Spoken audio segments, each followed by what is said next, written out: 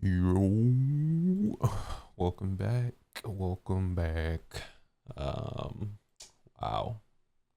It has been, I think, 5 weeks since I last did a discussion. Couldn't think of the word, but yeah, it's been 5 weeks since the last discussion. We did 1162. Um, I have no excuse.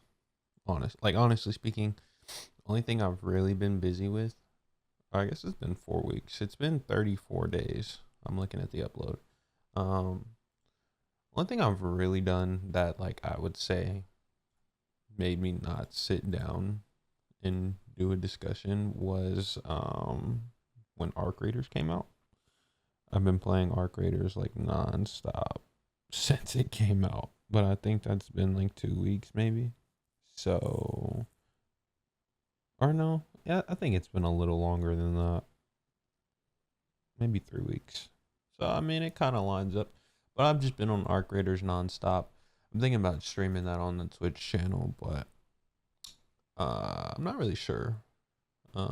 This is Panels and Pixels, so I could talk about it, but I don't really.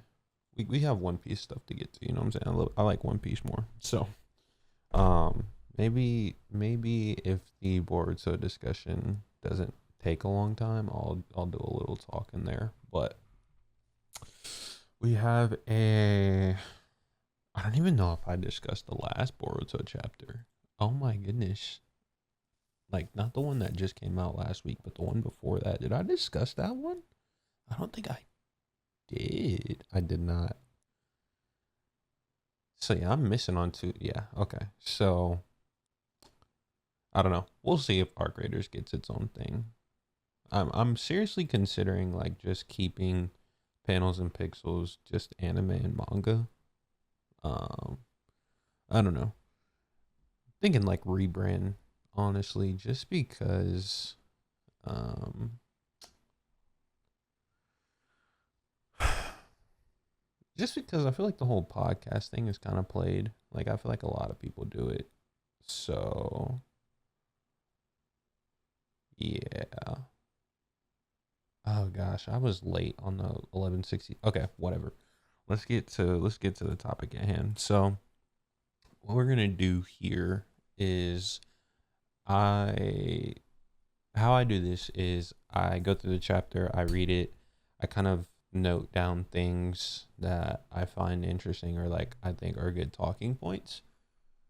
Today, because we're covering 4 chapters, um, I from the chapters outside of the last one, I just grabbed points that really stuck out or are just like things I'm like, okay, let's keep an eye on this for the future. So, um, with 1163, we're gonna start with that and work our way to 1166. Um, the two things there that really stuck out were when Rocks called Emu the king of rats. Um, I've seen the explanations on like what that can mean, like the Rat King, the whole rat tail thing. Um, I don't really want to theorize on what rocks meant more as much as like the reaction that Emu gave to it, if that makes sense. Like being called King of Rats, it means something, presumably from the Void Century. Like it has a One Piece world meaning. You know what I'm saying? Like, um, there's obviously like a real world meaning where it's used or whatever, but in terms of the One Piece world, that I'm pretty sure there's something there from the Void Century simply because it made Emu call rocks Davy Jones, which I mean, come on now. So I thought that was really interesting. Um, that didn't really stick out to me as much as it does now until I read the official. You guys know how I feel about official versus like TCB or whatever. Um, but yeah, that one stuck out. And there's another translation thing that stuck out to me. I think it's in, where did I note that? It's in 1164, so we'll get there in a second. The next thing I thought was really interesting was the Emperor Barrage. I don't know what, it's just, I call it the Emperor Barrage because it was an attack by Roger, Whitebeard, Big Mom Kaido, and Rox, uh, and Garp, I think. But I called it the Emperor Barrage because those pirates, you know, were pretty much emperors. I mean, I don't think Rox or Roger were officially considered emperors.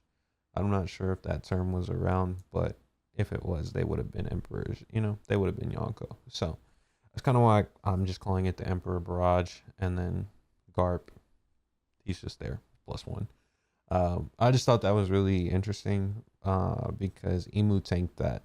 And there was definitely Conqueror's hockey loaded up in that. And then I'll kind of get to a talking point on it. If not for 1166, it'll definitely be in 1167 whenever I do that discussion video. But I just think that Emu tanking that is really interesting until we find out how to do better damage to someone that's Domi reversied, simply because Rox was at the peak of his power here, right? No one else was in that barrage attack, but Rox is at the peak of his power. Roger, I would argue, is close. So I would say, I don't know, because Roger was alive for at least 20 more years after this. I just have a hard time saying he was in his peak.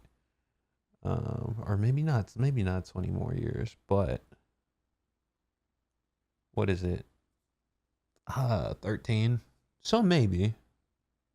Sorry, I said 20 because I'm thinking I've read the leaks of 1167, but I don't really want to discuss leaks. I want to wait for the full chapter and the official to really discuss that. But I was thinking about a difference in time and what I saw in the leaks. That's why I said 20. But I'm pretty sure it's 13. There's 25 years ago when Roger was executed, I think. And then God Valley was 38 years ago. So I think it's 13. I might have that number completely wrong. I can't lie. But it's somewhere around there. Was he at his peak? I don't know. It's hard to say. Or close to his peak. He's not at his peak. I think his peak was the showdown in Odin's flashback. I think that's peak Roger and peak Whitebeard. And I would say Garp is in his peak in that time frame as well, simply because I kind of put him and Roger at the same level. 13 years is a lot of time to get some strength in the One Piece world, especially for characters like that. So if I had to go out on a limb and put a bet on is he close to his peak or not, I would say he's not. I would 100% say he's not at his peak. And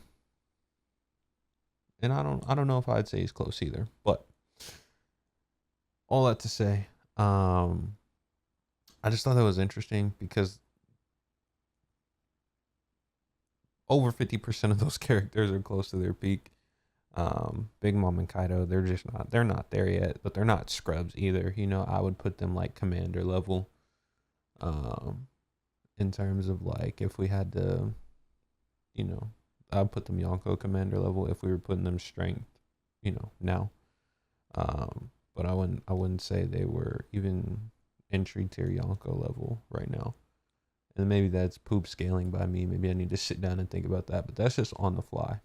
But next thing for 1163 was Shanks getting in that treasure chest. So Oda's kind of tying that nicely. Um, that man Dragon somehow dropped Shanks, and I don't know. I almost think Oda. I don't want to say he wrote himself into a corner, but I think initially with that scene and how Roger found him and whatnot, I think he wrote that so broad at first, and then he came in on the God Valley flashback,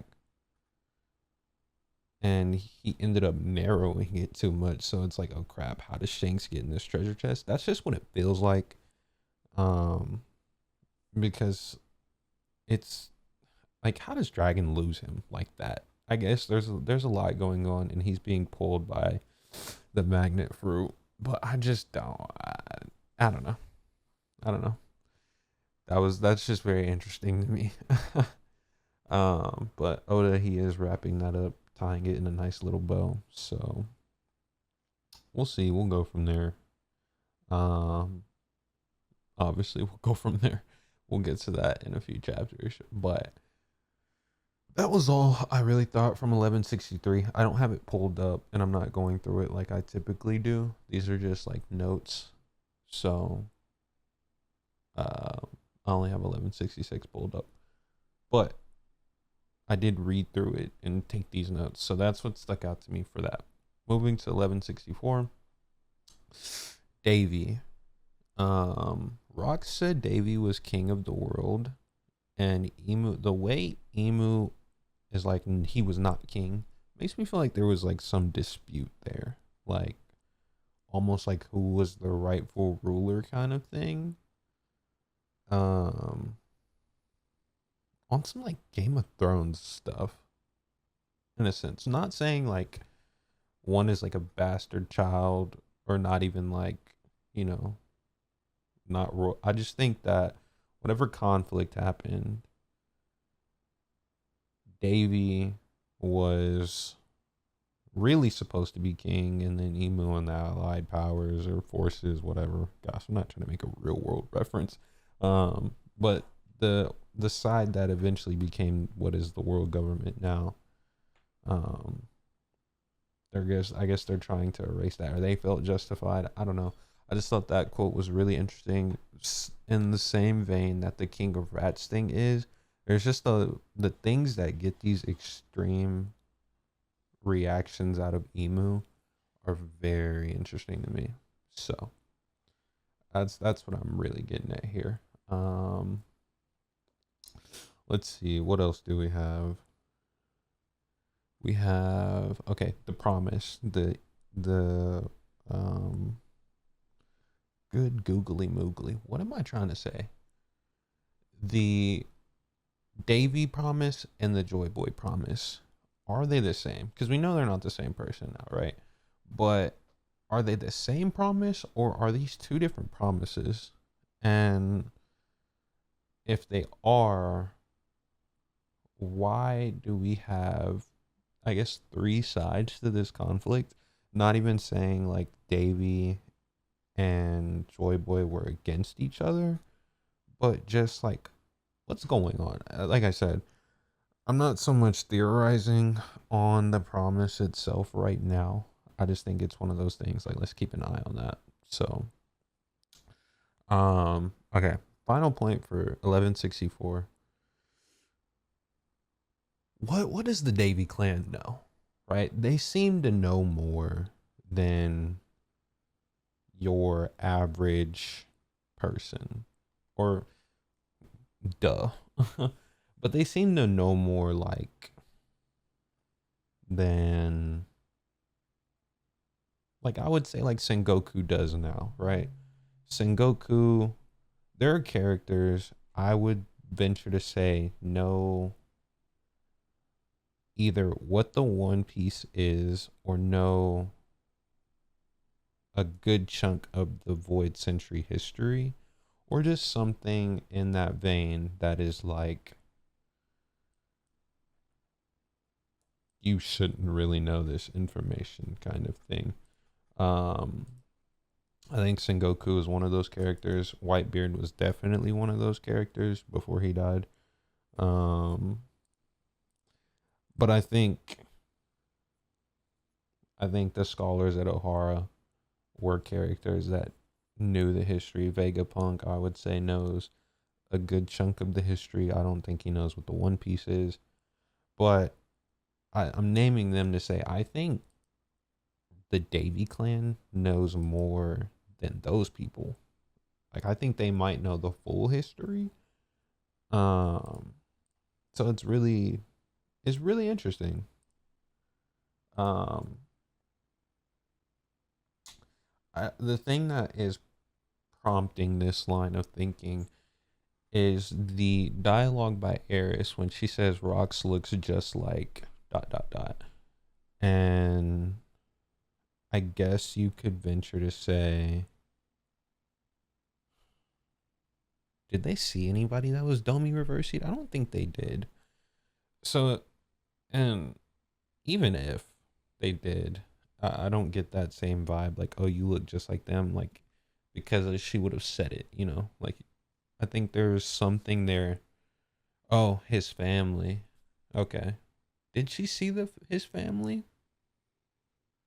Maybe. I don't know. I just feel like she would have said it. I think there's more there that he looks just like.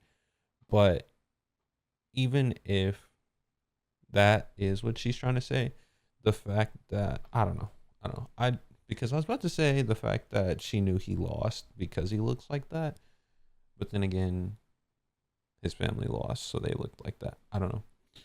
The more I think about it, the less important it seems, but I'm not gonna go all the way there on that. I do think it's important simply because the way Oda wrote it.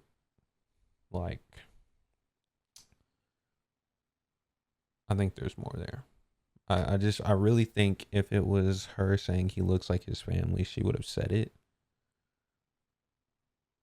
But that's just me. And that's the way I would have written it, but I don't write the story. So grain of salt. That's just my opinion, my theory. Um Moving on to 1165. So we basically have um I wasn't sure whether to put this in 64 or 65, but um Roger and Garp have the voice of all things. Like we knew that about Roger already, but it's it's good confirmation that Garp has it. I put it under 65 just because um in after 64 came out, we were all kind of like theorizing or like just wondering if it was just Roger that heard it. To me, it was pretty obvious it was both of them because Garp had like the attention, like I don't really know what that's called, but in every mangaka does it differently, but just like when something grabs your attention, it'll be like a little spark over your head. Oda does it like he does it like a quarter of a loading circle, if that makes sense. Like the lines, and it's like a quarter of a loading circle. That's what I would say it looks like. Just off of that, like what's going to be catching his attention like that in the middle of the fight, right? So it was pretty obvious to me, but this was like confirmation at the beginning of this chapter, so I put it here. That panel of Roger and Garp on their Din Din Mushies, I don't know if they both had one, but I think Roger was on one, telling their crew like we'll be back. That was just, to me, I love that panel because Roger and Garp are like it to me, that's like Ace and Luffy when they're older, like to a T. I mean, they look like Ace and Luffy right there. Ace and Luffy look like them, like that's the proper way to say that. But I love that panel. I think it was really well done. Um, I almost like the way it's drawn, it just feels like it feels like Oda drew this in mind, like, hey, let's do a parallel here. Like these two brothers, but two generations or one generation back, 2 generations back for the other. It's still kind of trippy how Garp is Luffy's granddad, but Roger's Ace's dad. So that's I almost said 2 generations back, but that's Ace's dad. So I just thought that was really interesting. Okay. The next thing, and this is, I don't know. I don't know if I want to call this a gripe because I feel like it's just Big Mom's character more than Oda's writing. But we finally get like the life debt thing. And the way God Valley has unfolded makes me feel like I remember this wrong from Wano. Like the whole Big Mom talking about like Kaido owed her a life debt. She saved his life kind of thing. I feel like I'm remembering that wrong now. Like I haven't read Wano in in a bit. I've read parts of it since it ended, but I definitely haven't read that part of Wano since I initially read it. Um so I very well could be remembering that wrong. But the whole life debt thing is just I was expecting more from that interaction or that plot point. And at the end of the day, like Big Mom's character is Oda's writing, but it's one thing for him to write her character to be that dramatic. It's another for him to write that, and then when we get there, it's like, oh, we don't really have time to do this way, or it doesn't work this way. And I really, part of me thinks it's just more like Big Mom was just exaggerating, right? Um, I just hesitate to say that that's listen. I'm a person, if I feel like Oda has rushed something or it's poorly written or I'm not a fan of it, I will say that. I don't really think I'm not a fan of Big Mom's character in general. So this already is like not up there for me. But that being said, I don't like how that plot point unfolded. And like I said, I part of me hopes I'm remembering it wrong and someone in the comments is like, hey, ding dong, that's not actually how that went, but I just don't, I doubt it. Um Next thing, Marco's dad. I know I discussed this in the chapter that he showed up. So it was good to see like his name's Marco Polo, which is like hilarious. Um, right? Is it Marco Polo? Oh no, his name is Polo Graham, and then Marco's name is Marco Polo. I'm pretty sure that's how that goes. Right? I gotta pull it up real quick because I don't want to get that wrong. But I think it is because it was like, you know, Marco and then Polo's his dad kind of thing. Um, but the just like confirmation of seeing that was pretty cool. Yeah, his name's Polo Graham. So that was that. I thought that was really good confirmation. We kind of get, I'm pretty sure that's how Marco ends up on Whitebeard's crew. Um, I don't know. I kind of want to make a whole video about that. So we'll see. We'll see. We'll see how this ends up. If I end up splitting this into multiple videos, or if I keep it as one. If I keep it as one, I might make a video on that. We'll just have to see. We get Dragon crashing out, like holding a gun to his superior's head, like, "Hey, go get these people." Which I love that out of Dragon. That's you know, it's W Dragon moment. And then we get Garp. So Roger's like, "Yo, Garp, join my crew." He pulled the Luffy. Like, "Hey, you see this and you're gonna stay in the Marines, but join my crew, brother." And Garp is like, and this, I talked about this, I think in 1161, the 1161 discussion. Garp is valid. He's valid, I guess, you know? I think a question we all had was like, how did Garp stay in the Marines after witnessing this and fighting, you know, the Gorosei or whatever, and he's doing it to protect the Marines. I don't think it explains some of his actions. I mean, Garp was already like a pirate hater, right? I think Garp has a decent, and I use decent lightly. I think he has a decent moral compass. Um, like pirating is bad kind of thing. Um, so in that vein, it would make sense why he stayed a Marine. But at the same on the other side of that coin, Garp very much does what Garp wants to do, which is very pirate-esque. Like the difference between Garp and Luffy is if Luffy were to see other pirates pirating, I don't really think he would intervene unless it was like, how do I put this? I don't want to say unless he is tied to it. Like, let me put it this way. If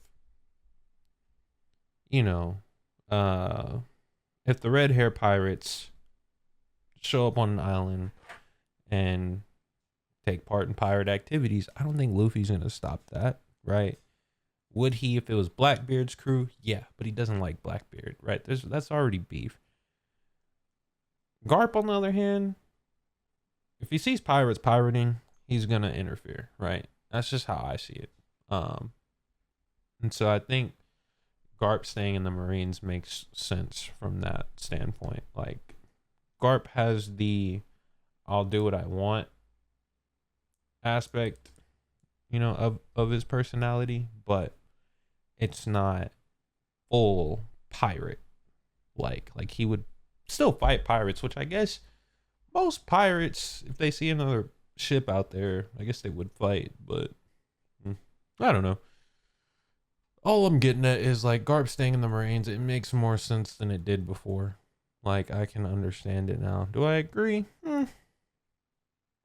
I guess. I don't know. I don't think I really agree. I mean, I get protecting them from within, but is he really protecting them?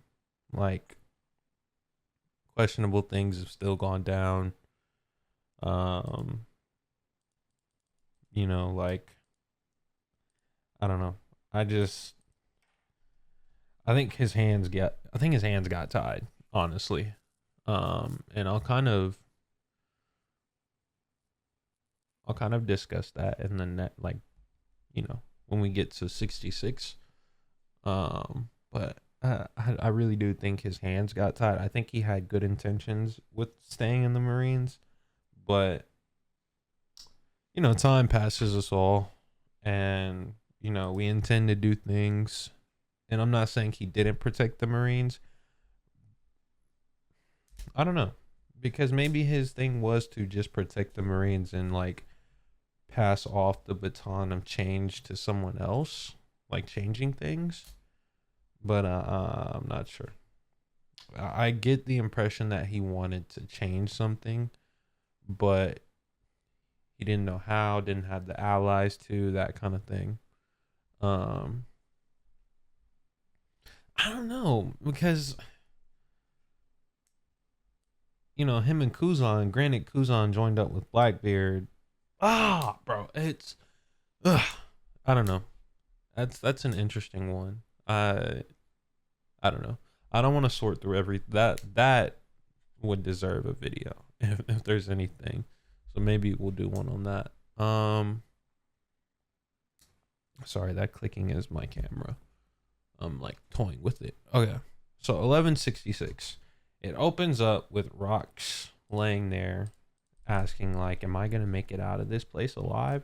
Which I thought I put that as a point to talk about shortly, like very quick, just because I guess that's kind of our confirmation. Like, you can break someone free of this curse that you like, the Domi Reversi, and without them dying.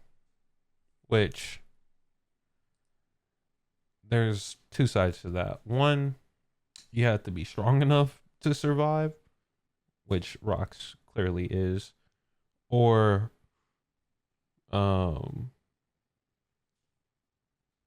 there is a specific way to do it. I don't know. I mean, Roger and Garp kind of just poured all their Conquerors hockey into an attack. Like, is that really the solution? I guess.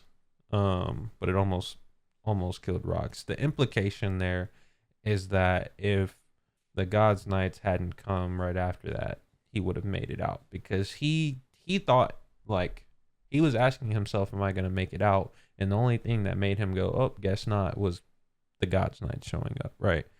It wasn't his injuries. It wasn't the island sinking, which does happen. It was his enemies showing up to finish the job. Um, and he thanks Roger and Garp for freeing him. Um, and Rayleigh and Gabon, they show up, save Roger and Garp, and this flashback has kind of given me the feel of like it seems like to me, and I'll say it like that, to me it seems like Roger and Garp are more like Luffy and Kobe. Oh my gosh. I was like thinking Kobe. Like I knew I was gonna say Kobe, right? But the closer I got to saying his name, I wanted to say Helmeppo. Like while I was thinking of trying to like while I was thinking of the analogy, Kobe's name just slipped out of my mind. But to me, Roger and Garp are a lot, and I hesitate to say this. A part of it was like hesitation because at first I was like Luffy Smoker, right?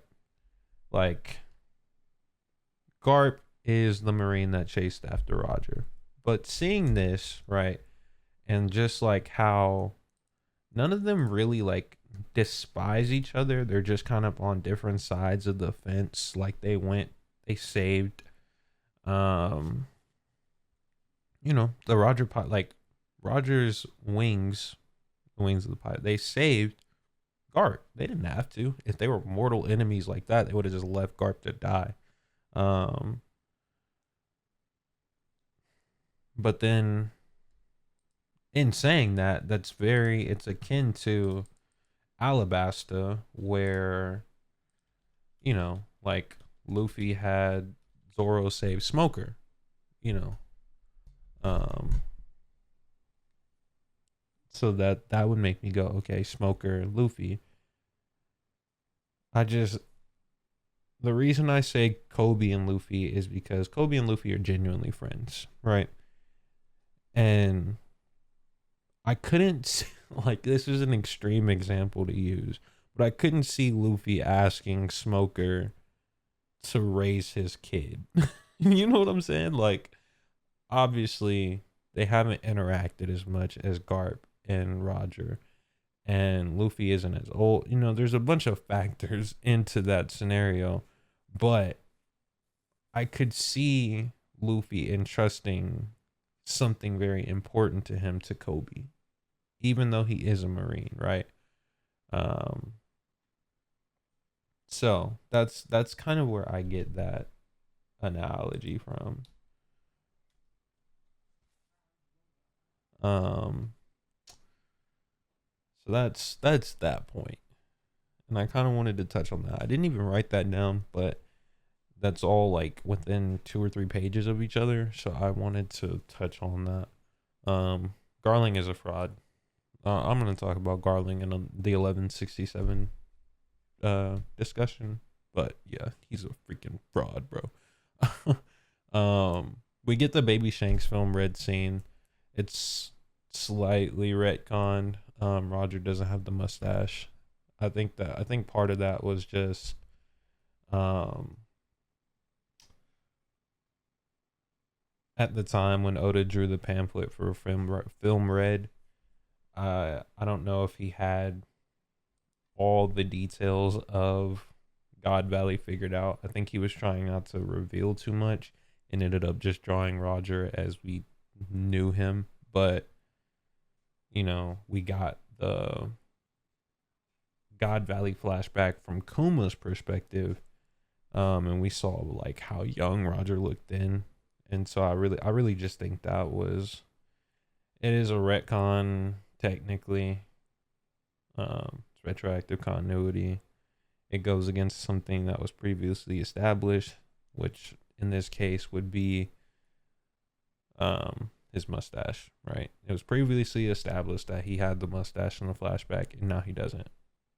In that scene, now he doesn't. So, it's not like some story changing retcon, but I just wanted to kind of touch on that. Garp and Sengoku go at it, and they're kind of, the thing about Sengoku is he speaks in mystery. And I think what Sengoku was getting at in this scene is like, I think Garp and Sengoku have the same objective. They're going at it from two different angles, right? Sengoku's like, I'll turn a blind eye to all of this to get to the top so I can do something. Whereas Garp is like, you can do that. I'm going to do something where I am, right? Like I said, I think they have the same idea, just a different approach. And, they fight briefly, leave bumps and bruises on each other. But at the end of the day, they're still friends. And they kind of recognize the horror of what's going on. So then we get Loki and Rox, which I think that dynamic has always been interesting because Blackbeard very clearly knows who his daddy is. The thing for me is,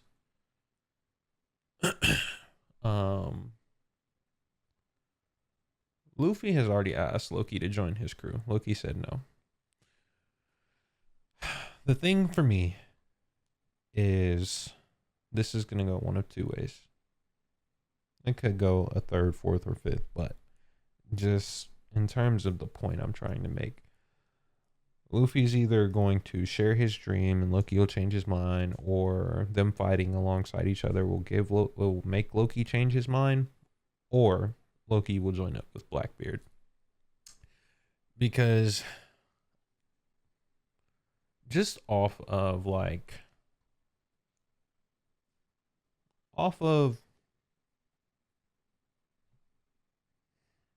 I don't know how to say this. Initial thought would be like, that Blackbeard and Rox do not have the same end goal, right? Or I guess, let me rephrase. They probably have a similar goal, but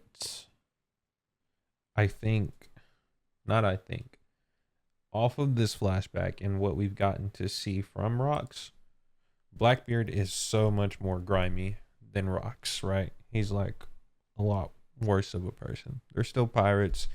They still will do whatever, right? Rox snuck in the Marija and killed an admiral, right? Like I'm not trying to call him some saint, but Blackbeard has been very grimy to get to where he is.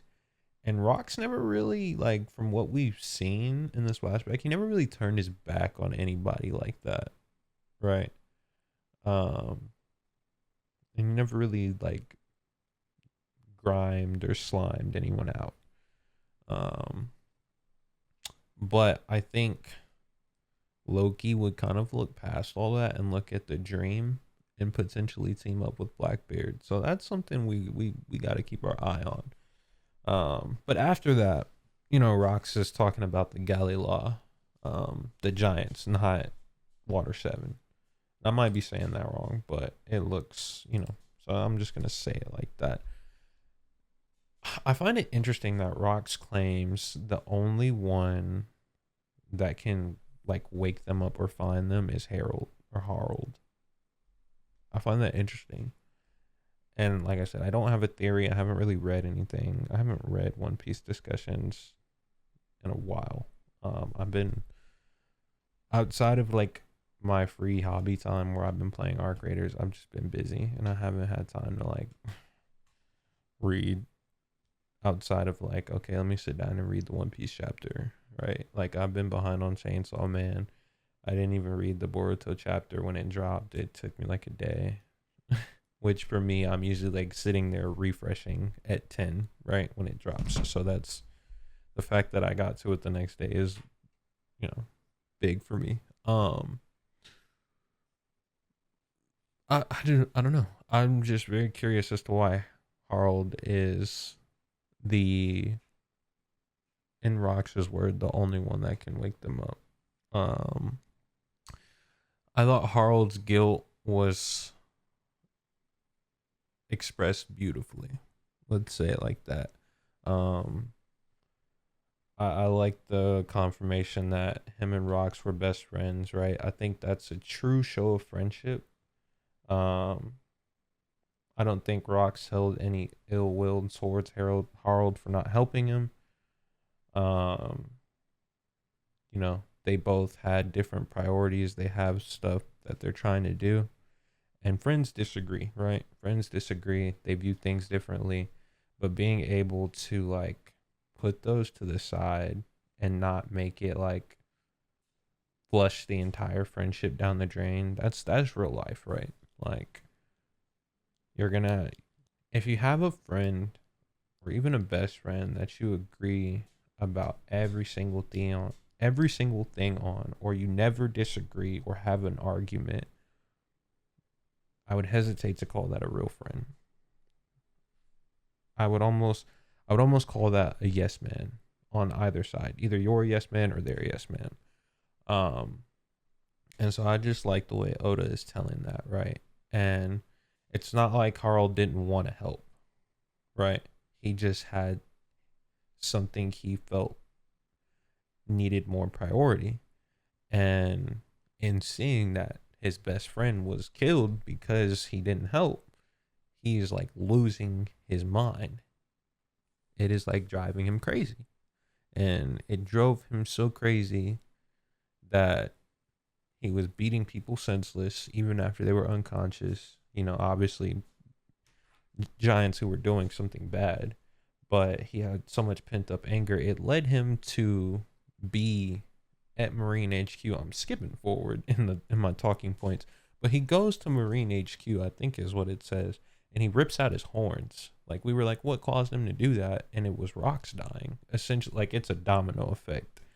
Like he did it as a show of like, hey, you know, I want this. I'm willing to stand with you guys. But the original domino was Rox dying, right? Um, so it was like a way to show his resolve. Like I've come this far. My best friend died because of this. Boom, rip the horns out. So I thought that was very, very interesting. Um, after I skipped forward in the talking point. In between that, I put down Dragon and Garp because I think like how I was talking about earlier, like Garp entrusting someone to make a change, entrusting that change aspect to someone. I think he did that with Dragon. Like Dragon is like, I can't believe you. I'm done with the Marines and I can't believe you, right? Um the initial translation I read, I hate it because, and let me pull up exactly what Garp says here. Garp and Dragon, because the point I'm about to make is from both sides.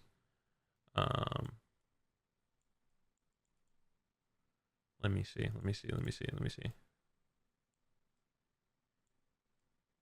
Is it earlier? Before that?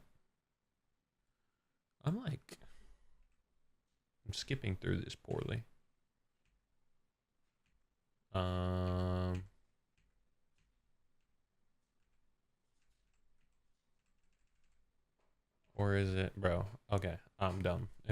on the page before the one I was already on. So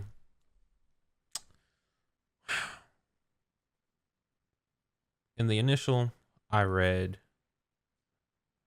Dragon goes, I'm done with the Navy, which is the same as the official. I mean, at that point, you're playing semantics, right? Quitting, done with, same thing. And Garp went K. The official is I know. Not a big difference. You could say semantics for that too, but the tone is different. And then Dragon is like, to go with that, I'm not gonna read the chapter. I feel like you can't do that. But he goes to go with, you know what, forget it. And on that topic, I'm disgusted with you. That's the official. And the initial translation I read, he said, I hate you. And Garp said K again. You know, Garp says the same thing twice here. It was K and then K.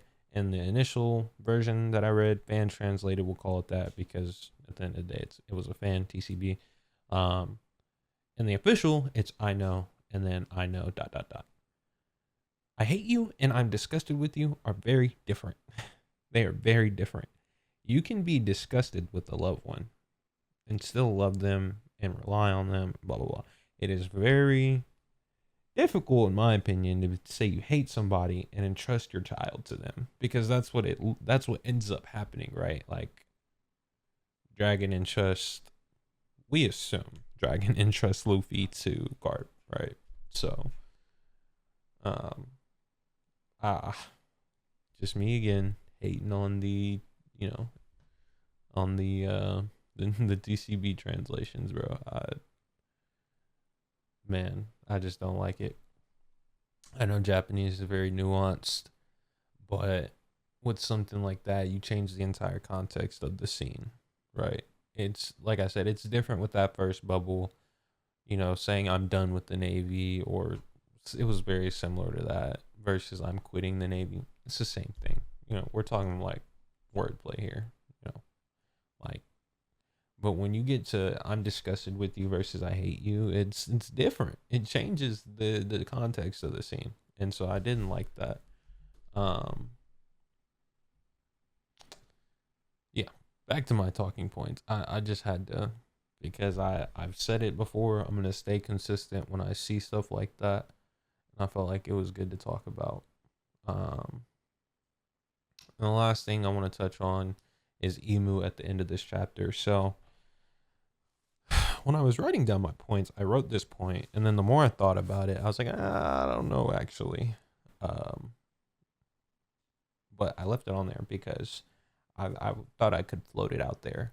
I just want to say, Emu, like him glaring at the end of the chapter, is interesting no matter what, because you get the impression he can see what's going on, even though this is Marine HQ, it's Marine Forward.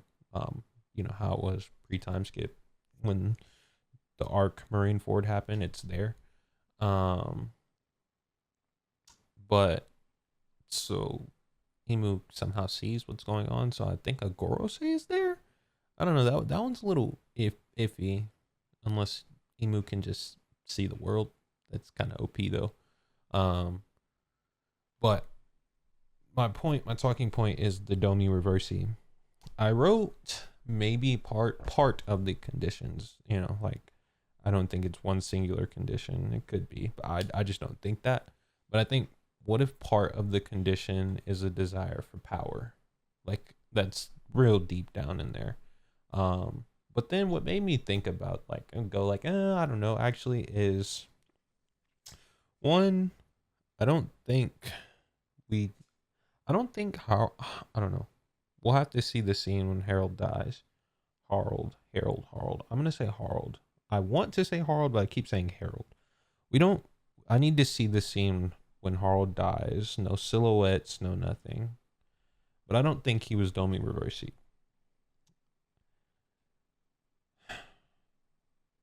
Maybe he was. But I think the soldiers were. So with my point that I'm thinking, like, maybe this is a condition, why were the soldiers having a desire for power? Is it a general desire? Is it a desire in that moment? Because I was thinking a desire in that moment. So with that line of thought, why are they thinking that in that moment? Was something else going on that they wanted to help Harold with, and then it got used against them like it does for everyone else? Um, and then I was thinking, like, with Rocks, like I could see Rocks having a desire for power in that situation he was in, because he knows how strong Emu is. You know, like, he made it to the flower room, and he was impaled. Like, he knows it's going to take some serious strength to beat this thing. Um, so that makes me think desire for power. And, you know, like with Dory and Broggy, when they get turned, um, the island is being attacked, right? They probably think they're like, and this is another one that makes me go like, maybe not, because I'm pretty like, but then it brings about a broader discussion. Like, does a character's confidence automatically, like, oh, we don't, like, I know I can beat you. So is there no desire for power in that moment? Or did they see, you know, glimpses of what was going on as like, okay, I need power in this moment? And what made me like go the desire for power angle as part of the condition is just like, it reminded me of Babidi and Vegeta, right? Vegeta had this desire, one, for power, and two, to be his old self. And boom, Majin Vegeta. You know, like, when characters got turned Majin, they were susceptible to Babidi's orders. Vegeta was able to resist, so it's not a 1-to-1, but that's just what it made me think. So I think that's very interesting. Like I said, the more I think about that point, I'm not too sure about it, but I did think it would be interesting to mention. So running at 52 minutes, I'm gonna leave this all as one thing. 1167 is going to like leak fully today or tomorrow, as of when I'm recording this. So it'll probably be tomorrow, honestly. So I'll probably wait till Monday to get that discussion out. Kind of just depends on how, I don't know. I would do it when the leak chapter happens. I just don't like I never see the scans, so I can't really say if the TCB translation is any good, right? With Boruto, I see the scans, I see fan, like, community fan translators like break things down, and so I'm comfortable with doing a Boruto that's not the official. With One Piece, I'm not that comfortable yet, simply because I never see scans. Like, I understand Japanese enough to go like, if I see a word and I'm like, that probably could have, like, I understand enough to have that, like, okay, that this line's better with this or that, right? But even like with One Piece and the fans and the official, when the official comes out and it changes something, like with my example earlier, it fits the scene better and it fits the plot of the story better, right? The context is there. Japanese is very context heavy. And I feel like with One Piece, sometimes the, like, TCB and other, you know, community translators, they don't take the context, they don't take pre-existing context into account, or the context of the scene, right? And when I say pre-existing context, it's like I was saying earlier, like, we assume Dragon leaves Luffy with Garp, right? Like, why would he be saying he hates his dad? And I mean, obviously that can be reconciled, but just surface level, because they have surface level knowledge, right? They're just translating. They don't know plot points of the story that haven't been written or, you know, released yet. So it's like, why not take into account pre-existing knowledge? And right, everybody interprets the story differently. Like, I'm assuming they might not have the same assumption, but that's just how I feel about it. And, you know, leaked translations versus official when it comes to One Piece. So I'll read the leaked translation and see. I could always make a follow up and kind of go over, you know, change things and then expand upon talking points. So maybe that's what I'll do. But we got 1167 coming. I've got 2 Boruto to do, which Boruto chapters are longer. So they take a little more time, but at the same time, I usually don't have as much to talk about. So those might be 1, or they might be 2. But you got 2 coming your way for sure. That's it, y'all. This is Jay Brizzle. I'm signing out. I love y'all. God bless. Have a happy Thanksgiving, and I will see y'all in the next one. Peace.